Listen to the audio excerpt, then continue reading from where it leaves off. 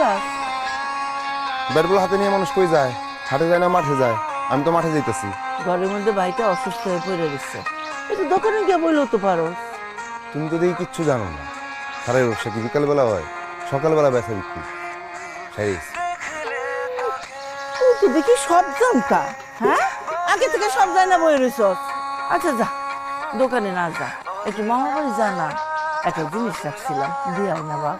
হ, মামার বাড়ি কাছে বলে তুমি প্রত্যেকদিন পাঠাইবা জিনিস সহ কাল দিয়া মনে। আরে জিনিসটা নিয়ে যা না। কম্পিটিশনের খেলা খেলা লাগবো।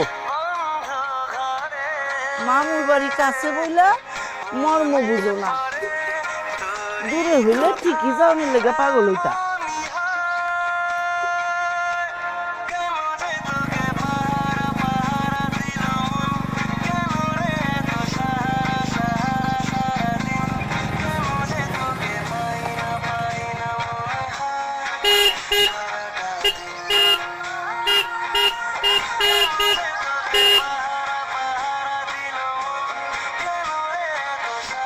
সমস্যা কি আপনার?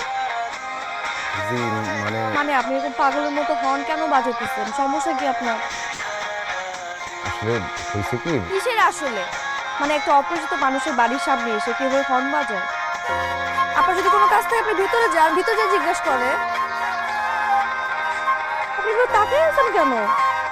আরে আপনি কি কথা বুঝতেছেন না?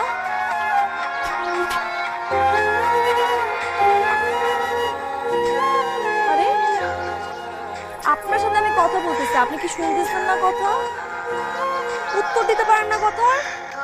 আপনি যান তো, জানি। সবুজ, তুই হুন্ডার উপরে ঠেলা আনছিস নাকি চালাই আনছিস? ঠেলা আনার কি আছে, চালাই আনছি। তুই হুন্ডা চালাইতে পারোস? না পারার কি আছে? তাই চালাই একটু বাড়ির ভিতরে ঢুকতে দেখি কেমন পারোস।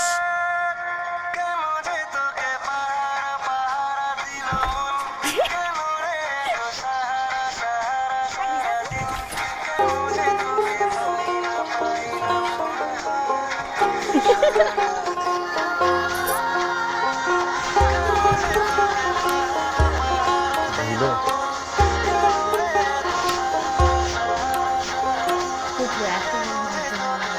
আরে খা, তবু বাড়িতে যাইয়া এর থেকে অনেক বড় বড় মাছের মাথা আমরা খাইছি।